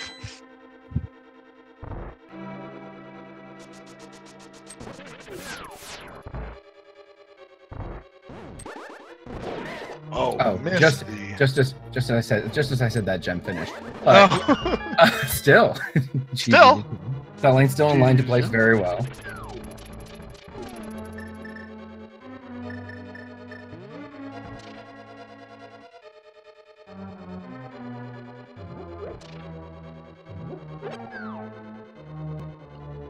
We're a little bit ahead of chat. They called you out on that, but that's because time thing. We're just ahead. Yep. So Lane, low on magic power here. Wanted to make sure he had this routed perfectly so he could get it done. Oh, foolish I don't think that's enough. No lantern. And that really, really is going to be frustrating for him. He does not have any... he doesn't have the lantern, so he had no option to take a... use a less magic-intensive method. Yeah. He is heading for the full magic refill here. I'm going to mirror out and start again, but unfortunately that was after the gauntlet. Wow. So that's a monstrous setback. Yep. And that's going to really push him back about 4 or 5 minutes. So yeah, my prediction of a sub 130 for Thulane is out the window. It is an understandable move, just because, you know, we did see Thulane routing through Gauntlet, and even Gauntlet and the Wizrobe rooms as well in standard ways, like the ways that you generally expect. Unfortunately, they did cost quite a bit of magic along the way. Mm-hmm. Yeah, and you know, just not being aware of the level of magic that you're at, or maybe having to, you know, can just kind of get away from you at some points. He's gonna actually go in here, grab a couple of fairies here. He's low on health, so why not? I think there might be small magic power in those skull pots there as well, but I can't be certain. In the room with the fairies? Mm-hmm. Yeah, there's a full magic refill in there. So I wonder if I can't remember what his magic level was at when he got through there. I think he spent a lot of it on the Gauntlet and also on Landmola 2 using Fire Rod. So now we see him set up this time with the silvers to not spend that magic. Which again, it makes sense. To be at this point, it's easy to forget, you know, that you don't have the lamp, you don't have half magic. You know, you're kind of used to having certain things when you're going through this part of the game.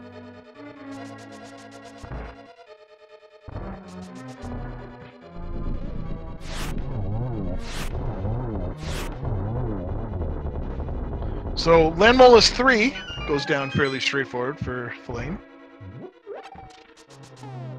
And he gets back up to full magic before heading up.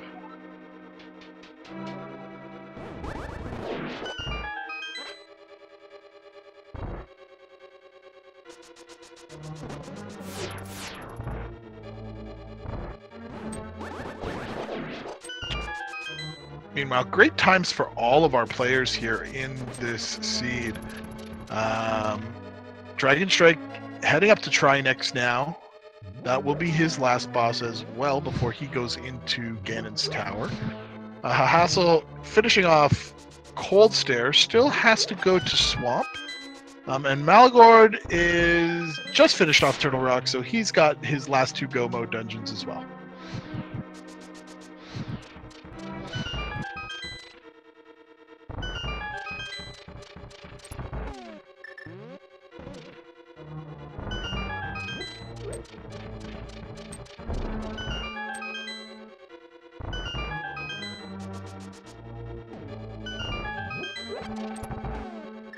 So Thulane grabbing his last full magic before entering the Trolldorm 2 room.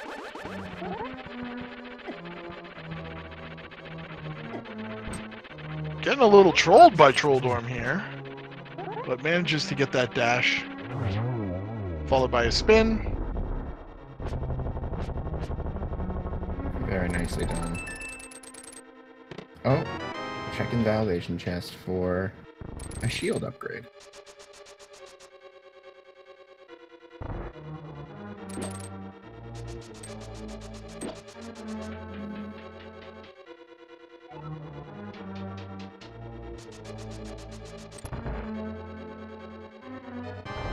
And on to Aga 2.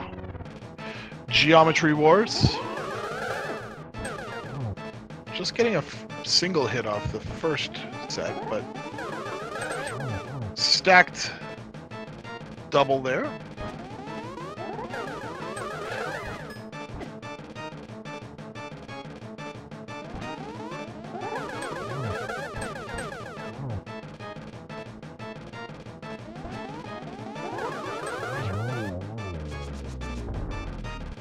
not the cleanest of Aga 2 fights on Thalane's side there, but certainly done with that, boss, and happy to be finished with it.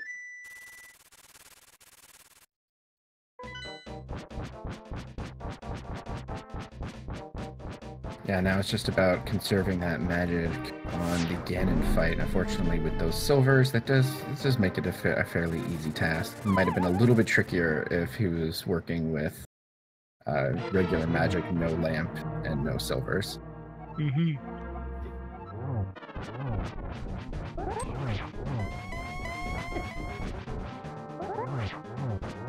Yeah, and we're going to see him work these double hits on and dashes. Very nice, getting some double hits on the spins to get this to be a one cycle.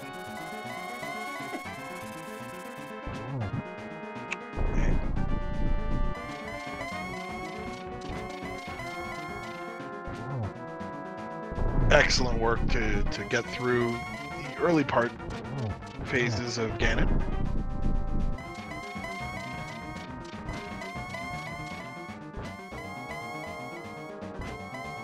We're getting a lot of teleports here. Yeah. Oh no. There we go. There we go. Now, it should be noted that the number of teleports obviously have been normalized, so every player is going to see the same Ganon power or pattern. Talane very nicely got the torch glitch there, but also only had to light the torch once. Yeah, that was really very nice. well done.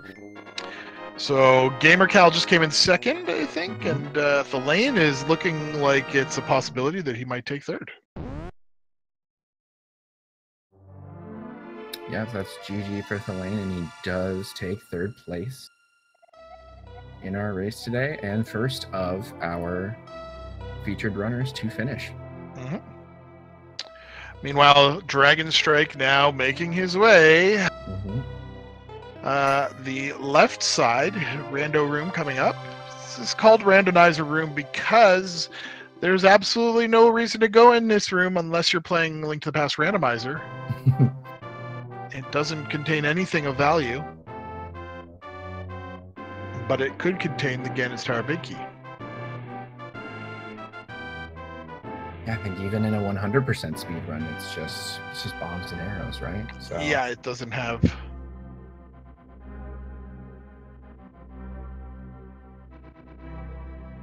anything of note.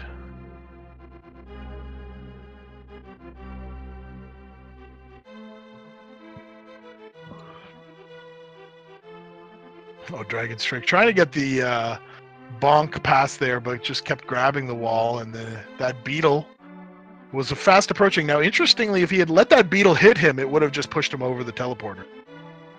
The invulnerability frames that he gets from being hit by the beetle don't allow you to go through the teleporters.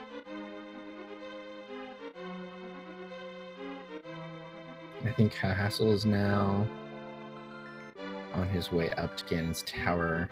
Mm-hmm. I didn't actually see the end of the fight with Argus there, but that would be the only reason why he's heading up here.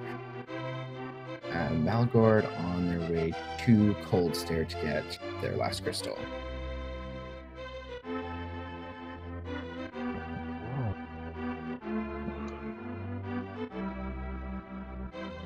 Now, interesting, both Dragon and Malagord have picked up half magic, so while their magic levels look a little bit lower, they're not going to have that same problem. And as well, they have the land, so don't anticipate that they will struggle with magic power on that lamp room.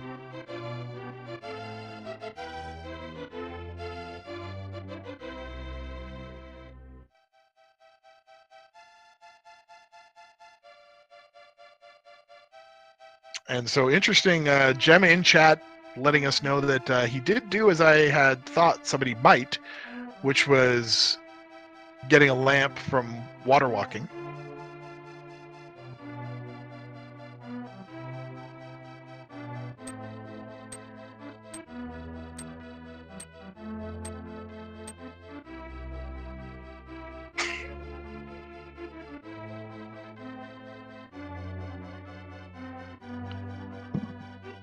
But I must say, the seed was relatively straightforward. There wasn't too many opportunities for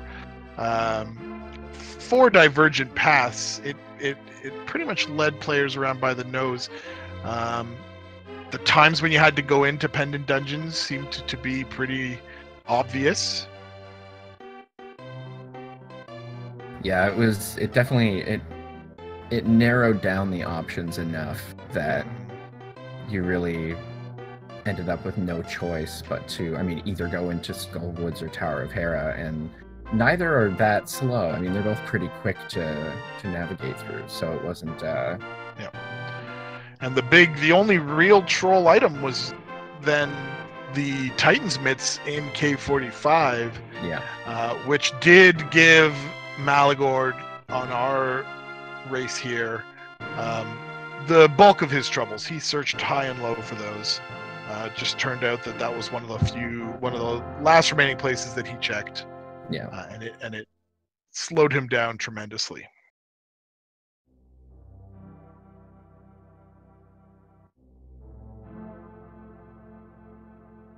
So Hassel now making the same call that we saw Fellain take, which was going into the right side. Usually, it's a good call to make when you pick up a key in that early part in the first 2 checks. These 4 chests here are relatively close together and close to the front, and you don't have,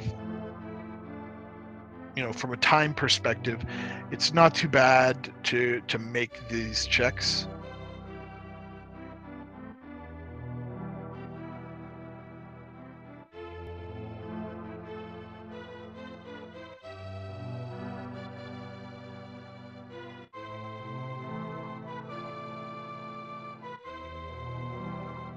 And just to let everyone know, if you're going to be looking for more Link to the Past Randomizer today, which, let's be honest, of course you are, later at 9 p.m. Eastern, we have another daily race. This one's going to be standard swordless mode right here on Speed Gaming 3. Mm-hmm.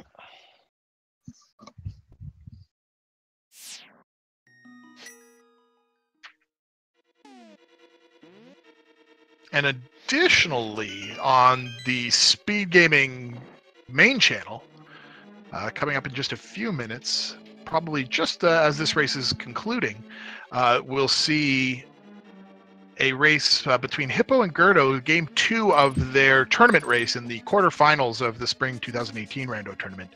So 10 minutes from now, that will be taking place on Speed Gaming's main channel, so no number. And we are also joined now by Fellain. GG. Hey, thanks. So how are we feeling after this race?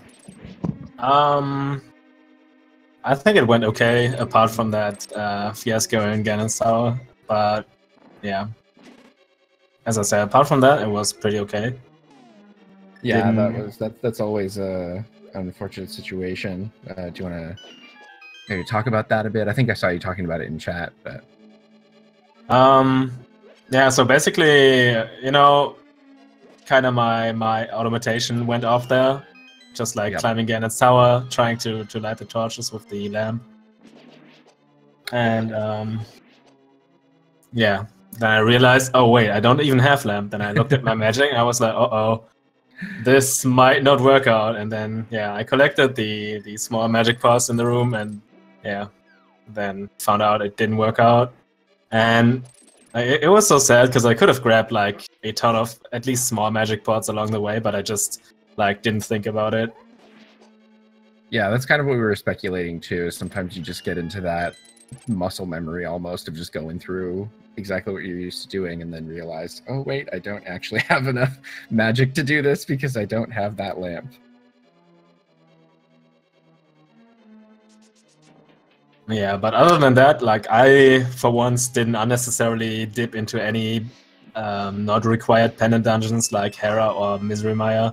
I thought about going into Hera, but I decided against it because in the last dailies, like yesterday and the day before, I dipped into pendant dungeons and it never worked out. So I you know, just like trying to not do it this time, and it worked out. Right. Yeah, and I think the only thing out of Hera with sort of any benefit was the last sword upgrade, but obviously that's not a required thing. Yeah. But it was, but yeah. So, and really lucky with the with that fire rod find in Desert Palace too. That was an interesting spot for that. Oh yeah, definitely. Like I almost forgot about the big chest, to be honest. Like you might have seen me like go to the right exit, and then I realized, wait, I still have an item possibly to get in here. And there was the fire rod, and I was like, well, that could have ended pretty bad.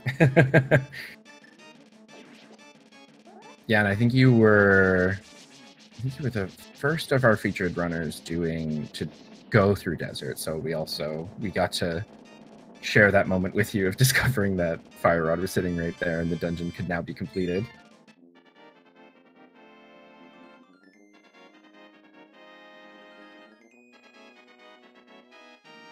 Now, at the same time, sorry to interrupt, but Dragon Strike has now completed the seed as well at about 1 hour, 41 minutes, and 18 seconds. So the second of our featured runners to finish.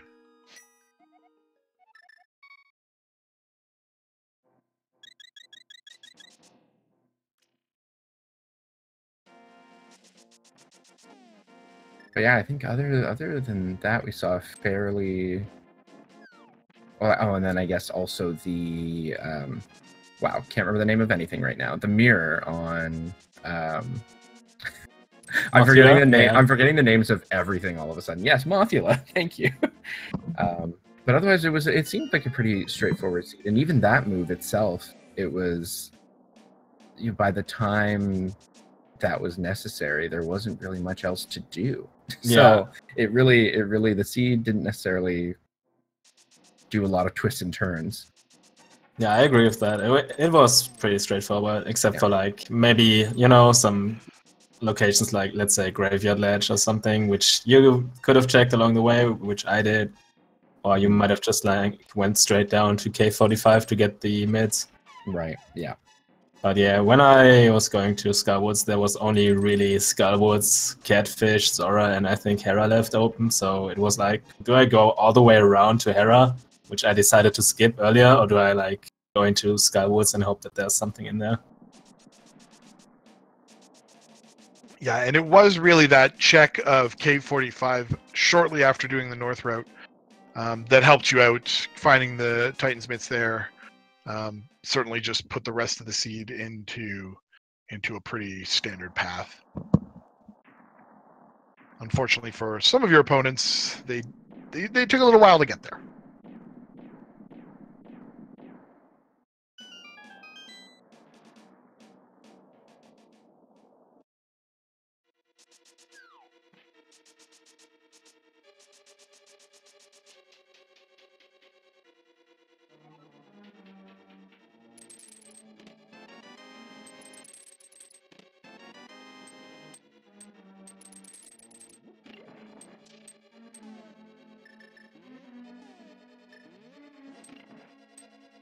And with that, Hassel now heading up to his Aga 2 fight.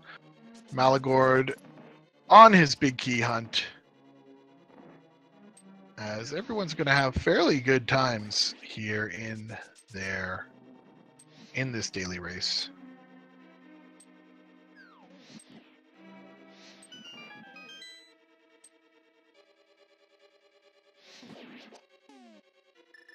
Yeah, and I think aside from that, I didn't have necessarily much else that I wanted to ask. But Thelane, if you have any other thoughts on the seed, feel free to share them. I don't know who else will be joining us, so if you're welcome to stick around, if you also want to chat with some of the other featured runners, if they're going to be joining us. I think I'm good, and I just want to say thank you guys for commentating and tracking. You know, like hosting the dailies again. It's fun to be a part of this, and yeah, so. Well, thank you very much for being featured and showing us a really good race. Oh yeah, and thanks for Cyclone for like choosing me again, I guess, due to technical issues yesterday. Mm-hmm. Oh yeah, yesterday was a interesting day for Twitch.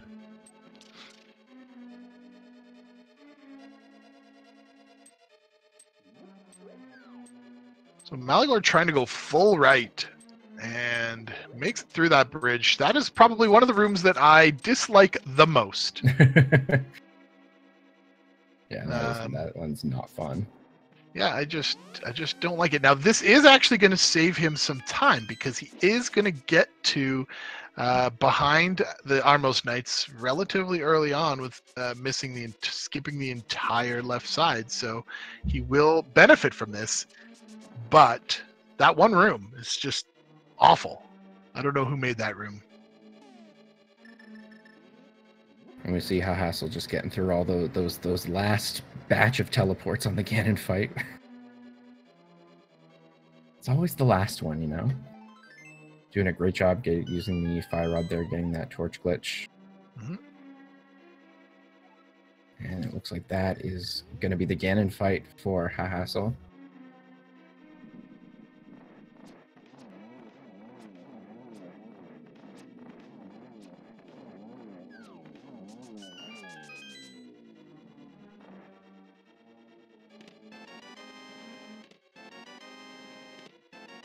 So it's got to feel good if you're Mally there to complete full right side and then think to yourself, oh, that's fantastic. Now what we're seeing here is he remembers correctly that he needs to grab a couple of keys if he wants to actually head up the gauntlet. So he's going to go grab this first one and then, or he only needs one really to get going, but he did remember to do that as opposed to just immediately heading up the tower. So important for those of you who play. There's a chance you might find a key on your way up, but it is not guaranteed, so you need at least one when you start climbing to be sure that you can get through all of the locked doors. Yeah, the one mini Helmasaur does have a key that you know for sure you're going to get, but you need that one extra one just to guarantee things. Or I think you just need it, don't you? You could get one in a chest, but the Helmasaur chest. But there's because there are 3 chests before the second locked door. But I mean, you can't. There's no guarantee, and there's so many chests in Ganon's tower that it's a pretty high risk gamble to try and do something when really you can just grab a key on your way pretty easily. Yeah.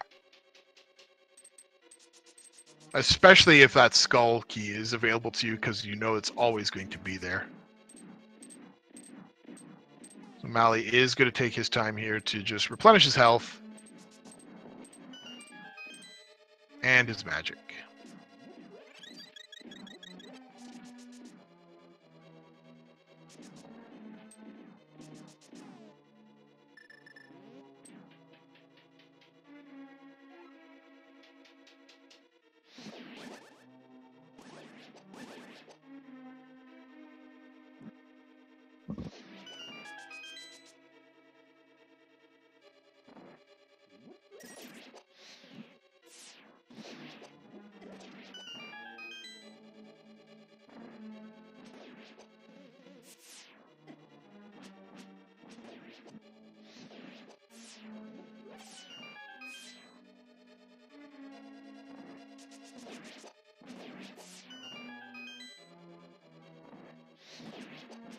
So we can welcome Hassel to the channel.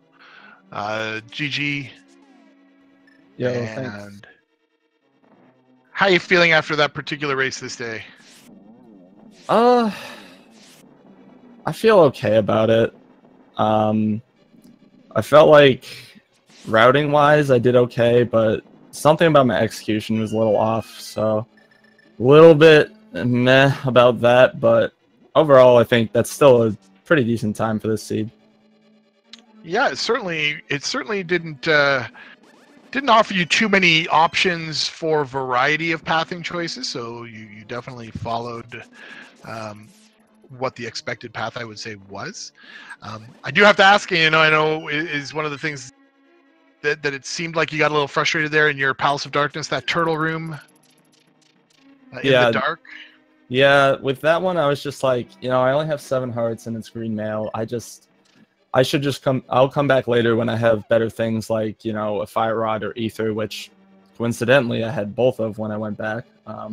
Just makes it a lot easier. Yeah, was there any other moments that you were, that you feel like went well or went poorly like that, or? I gotta say, because it was 100% a gamble, the play to go to desert and find the fire rod there so I could beat desert was phenomenal in my mind. Yeah, that was a very convenient item to find in the midst of that dungeon.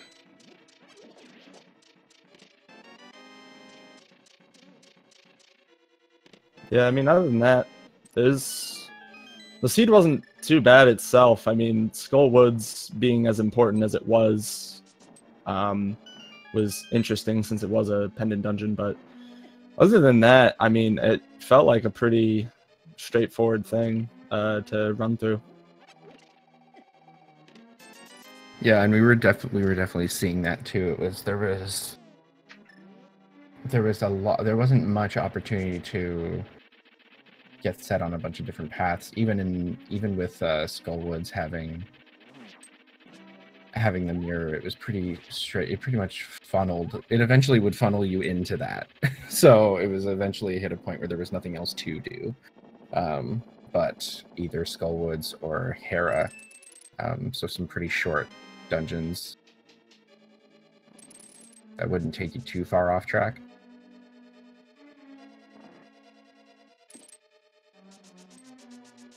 So at this time now, Mally is entering his Aga 2 fight.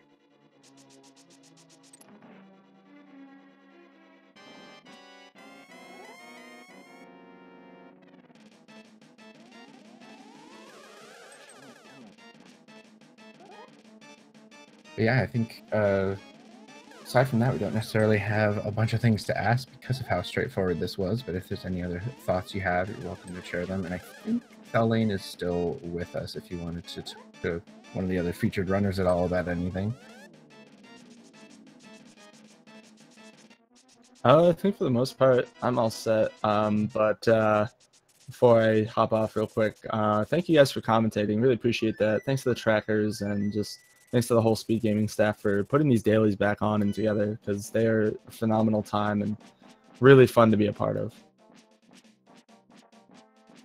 Well, thank you very much. And thank you for showing us a good race and being featured here.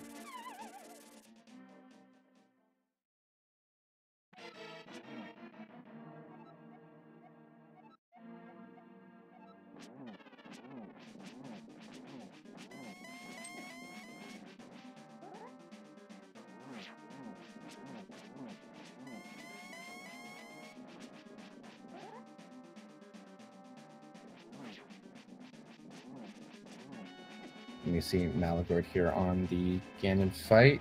Doing pretty well so far. I think he missed. Yes, he did. He didn't get the one cycle on Ganon. With half magic, he could be using his cane there just to kind of make this part a little bit easier. He does have a bottled fairy. Oh, he has a blue goo. Blue potion, yeah. Oh, yes, he didn't pick up that bottle in Ganon's tower because he went... Right, because he went full right path. Side, yeah. Mm-hmm. But it is of no concern as he has achieved the 4th phase in just a few seconds. Phase 3, of course, is super straightforward. He's got to wait 100,000 teleports now, just like all of the runners did.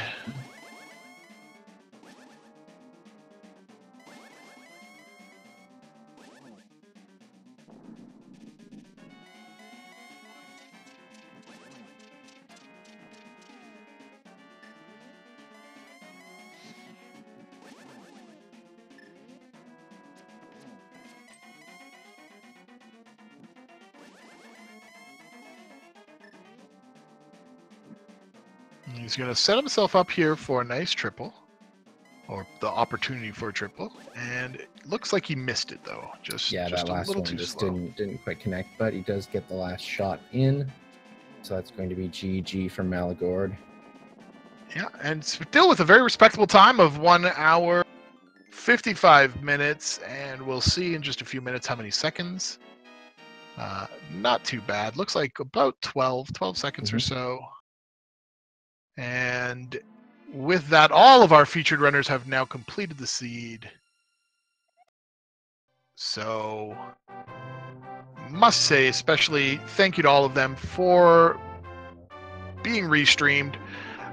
There's a lot of pressure when you know that people are watching you play, especially on a channel like Speed Gaming.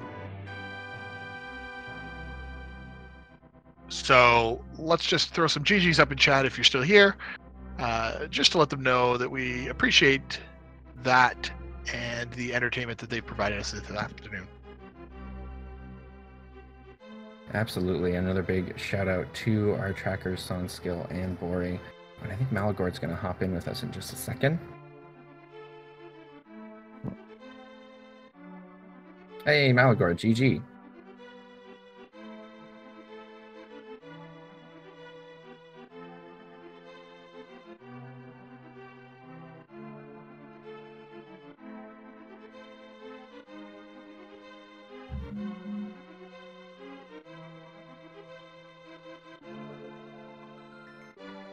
Well, he's changing his muting and whatnot, so we'll see if his mic's back alive again.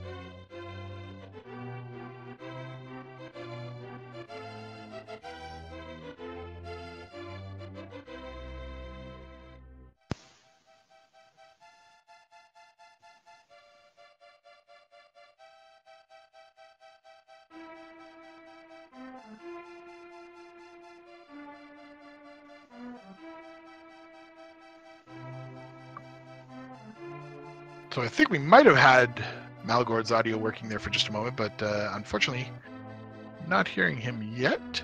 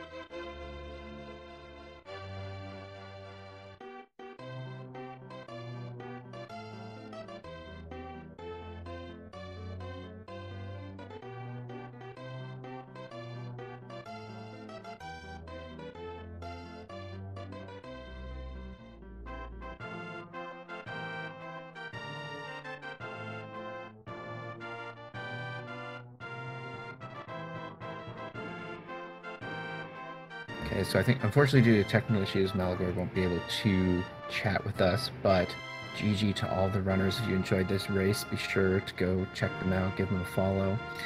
And again, big thanks to Sonskill and Bori on tracking, doing a fantastic job. If you want more Link to the Past Randomizer, again, there's going to be another daily race at 9 p.m. Eastern, right here on Speed Gaming 3. It's going to be standard swordless mode. And big thanks to Crowzone for commentating with me.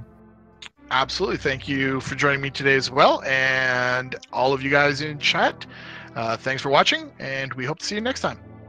Bye.